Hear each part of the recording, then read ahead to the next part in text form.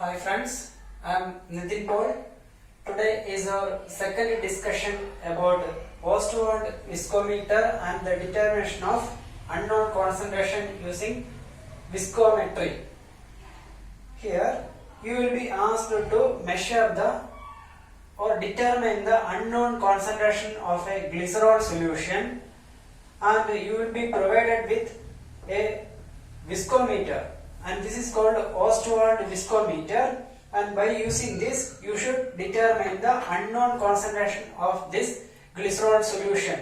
For this determination, usually we will depend on Poisson's equation. From this equation, it is clear that eta is proportional to d and t, where d is the density and t is the time of flow. So, based on eta value or based on the d and t value, that means depending on the concentration of solution, viscosity will change, and depending on the viscosity, the flow time of a solution through a capillary tube also will change. So based on this, we will determine the unknown concentration of a glycerol solution.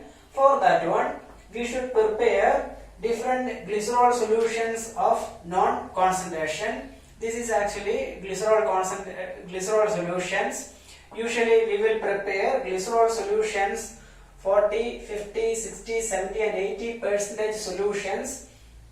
In order to prepare 40% solution in a 50 ml standard flask, we will use 20 ml water plus 30 ml glycerol plus 30 ml water. That means it is 40% solution in a 50 ml standard flask. So we want to prepare solution. Here some of the solutions are already prepared, so the remaining is 60% solution to be prepared. So in order to prepare 60% solution, you are provided with the glycerol in a burette. So in order to prepare 60% solution, you want to transfer 30 ml glycerol to this standard flask. So this standard flask should be previously dried one. Otherwise, if moisture or water inside there, that will vary the concentration or the accuracy. So here the measurement is 0. Now we should transfer 30 ml glycerol from this burette to this standard flask. So we are transferring that one. 30 ml to be transferred, and we will transfer both solutions by burette, that means glycerol and water from burette, because usually the standard flask will be of different make, and that means the inner volume may change, so that will affect our measurement if we are directly making up the solution. So glycerol and water we should transfer from burette. The required quantities should be transferred from burettes. Here we should transfer 30 ml glycerol from this burette. Okay, 30 ml is transferred. Now we should transfer 30 ml is transferred. Now we should transfer 20 ml water. So 30 plus 20, 50, or the concentration will be 60%. So you should remember that the standard flasks will be of different make, so we should transfer it is both from burettes. Otherwise, if you are making up the solution, sometimes the volume may vary. So we should transfer 20 ml water from this burette. So totally it will be 50 ml, and the concentration will be 60%. Okay, 20 ml is transferred. Here water is also transferred. Now we can remove the burette. So here we can see that here the marking is somewhere below there, but the water level is upper. That means the even though we transferred both the solutions from burette, we can see some level change there. No need of doing any corrections there, because we are doing the experiment the same method in all filling all the standard laws in the same methods. Some standard laws of Borosil and another one of Rivera, so all having some measurement changes there. So in order to avoid that one, in order to nullify that one, we are transferring both solutions from burette. Now we should transfer solution to,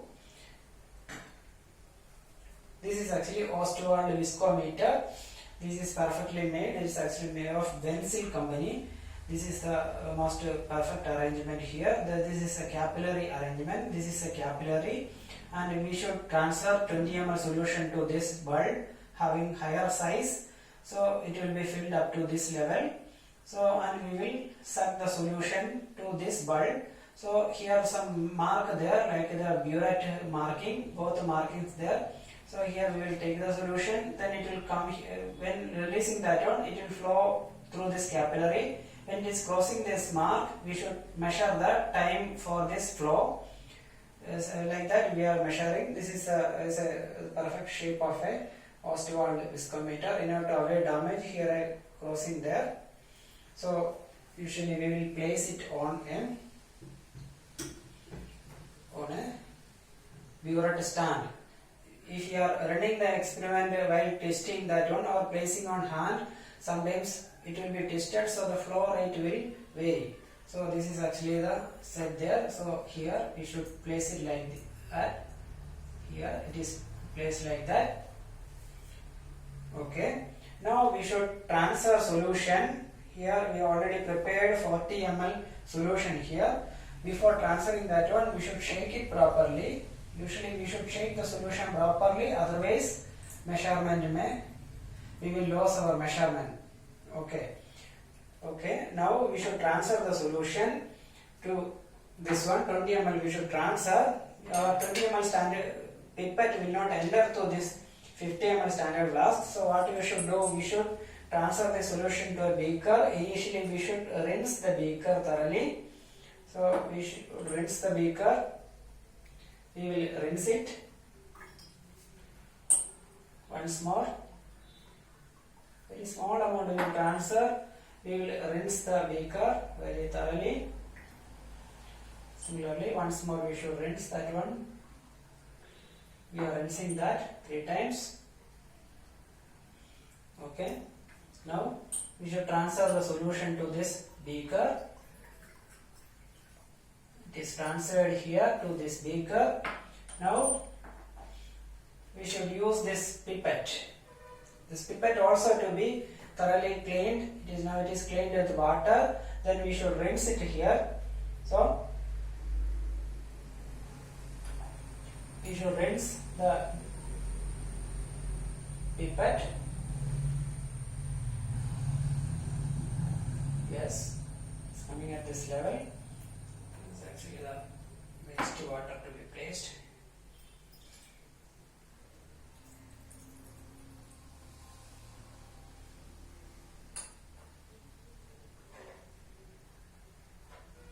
Minimum quantity we should use.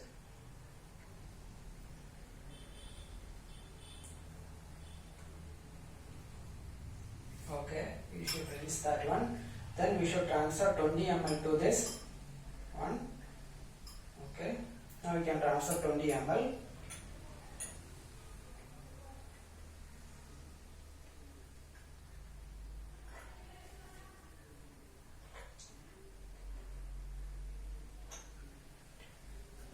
Yes, 20 ml to be transferred.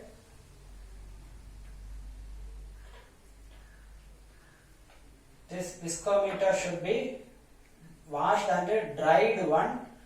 So we are transferring to the washed and dried viscometer 20 ml. Through this one, here it will enter to this big bulb. The solution will come there. Okay, we are transferring that one. Now we should place our pipette here. This is the solution from this standard flask. So it should be placed there. Then here solution is there. Now what you should do, you should use, we can directly pipette here, so we should use a rubber pipe, immerse there. Now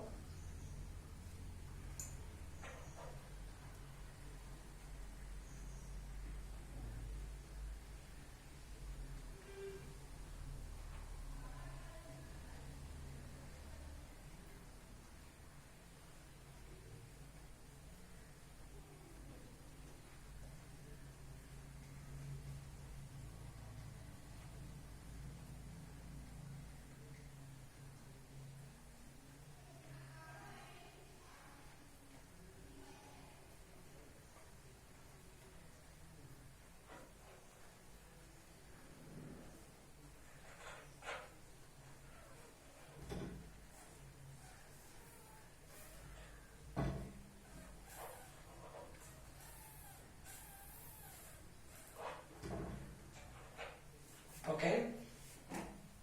Now our stopwatch should be ready. This is our stopwatch. Now we should, it is like handling the pipette. Now we allow the solution to come to this mark. It is there on the mark. Then while releasing our thumb, the same time we should start our stopwatch. Just pressing here, you can start. Okay, released, started. So our stopwatch is started running. Now we will get the time here. This is a second and this is actually a minute. It is running here and the minute and the second dials are there. This is the stopwatch. Here one screw there. Initially we should tighten that one. Then only, otherwise in between sometimes it may stop. So we should tighten the stopwatch first. Then if we are able to hang it somewhere, that is also possible. Okay, now the solution is running here, flowing here from this bulb to this bulb. It is flowing through this capillary and we are measuring the time. Here all the experiments we will do by keeping it on this burette stand. We don't keep it on your hand. Sometimes it may twist and the flow rate will change. Now we should measure the time. While crossing it, just press here, then you will get the time. Whenever it is crossing this lower mark, you just once more here and stop running.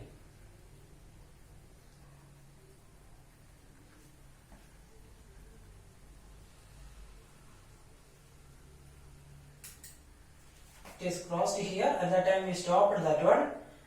So here we are having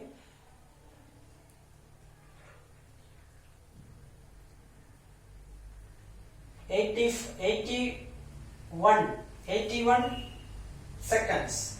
So it is given as 81 seconds. So the 40% solution we are getting time as 81. It is actually second, 81 second. Similarly, other solutions also we will do that one. So this is the first round. Once more you should do the same thing in the same solution. You should avoid to suck here. So while you should be careful while sucking that one, you should be able to remove this one. So don't put it inside to a higher extent. You just put it here, then suck that one. Otherwise you can't release that one to place here. So once more you should run that one. Then also you should note the time. Then it will be almost 81 or 82 seconds. Will not change much. Both will be, or sometimes, or if your measurement is very accurate, your experience, it will be the same value. So it is two times, at least 2 times you should run. Then you don't waste the solution. Now we want to measure the density of the solution. So you transfer it carefully to the same beaker and place your viscometer here. Then this is actually, we want to measure the density. Density, we know that density is mass by volume. This is actually mass by volume. So we should pipette 5 ml and weigh the solution and from that one you will get mass and volume, mass by volume you will get density. So here you are having another pipette, measuring pipette. So this also have to be rinsed. Small quantity you transfer, then you rinse the solution.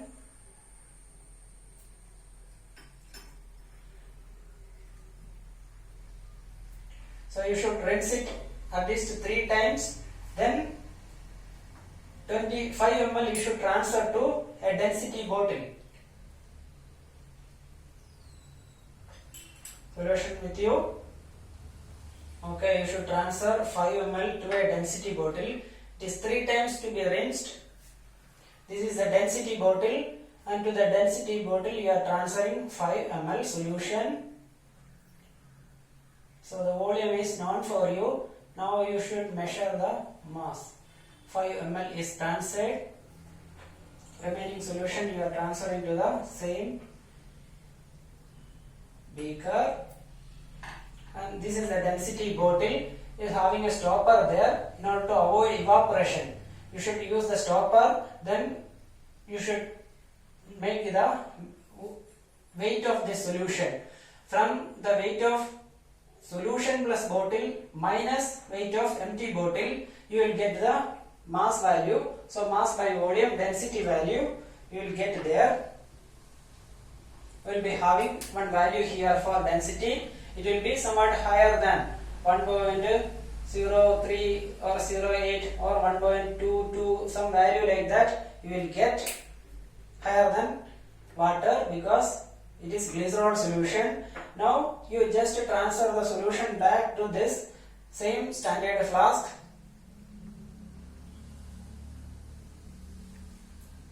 You should use the same standard flask. Then stop it, keep it there. Then next take the next solution, and before that we should make the or remove the entire solution from this viscometer. For that you should just keep it like this. You just put your finger like this, cross it like this, then you just do this. It won't, nothing will happen, only the solution inside will go. Then what you should do, you should transfer a small amount of acetone to this one using a dropper. Small amount of acetone you should pour here from this bottle, acetone bottle. Then you should rinse with that acetone. Then you just remove the acetone. Then what you should do, you should place this rubber tube here and just try to pass air through that one from your mouth. So what will happen? Well, acetone, all acetone will evaporate, so it will become dry. So it will be ready for next volume, next concentration measurement. So you are having dried viscometer is now ready. Now you should have a next solution. Shake it properly, shake it very well, so that we will get a uniform concentrated solution there. Very well you should shake. Then in the similar way you should transfer to a rinsed beaker. This beaker you should rinse 3 times. Rinse the beaker, transfer the solution, then 20 ml to be pipetted to this one. Run the experiment 2 times. You should run it 2 times, then you will get a value here, and if the concentration is higher, the value also will be higher one. So when you are going to the increased concentration, a proportionate increase in both these you can observe. If you are not shaking the solution or making the solution uniform concentration, then you can see some deviations here. You can clearly see from the experiment itself, you can see that whether your procedure is right or not. So always you should shake this very well. Then we are having all these values. So you should run the experiment, repeat with all these concentrations, unknown concentrations, and finally the known concentration, all the known concentrations, and finally the unknown concentration also you should shake very well and transfer 20 ml to this one. Run the experiment in this way, and you will get the values. Here all you will get values.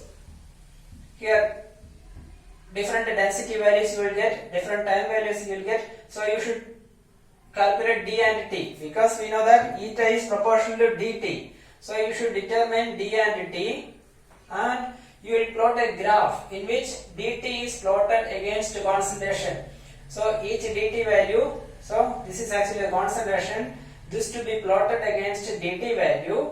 So then lastly you will have unknown concentration here, that also you will get a dt value.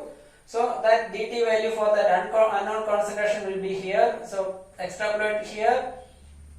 Here you will get a point, and that is actually the concentration corresponding to that dt value, or the concentration of the unknown solution given to you. Usually while drawing this graph, you should try to pass this graph through maximum points. Mostly you will get it will pass through all the points. So the careful steps should be, while making the solution you should be careful that required quantity of glycerol and water is added to this one.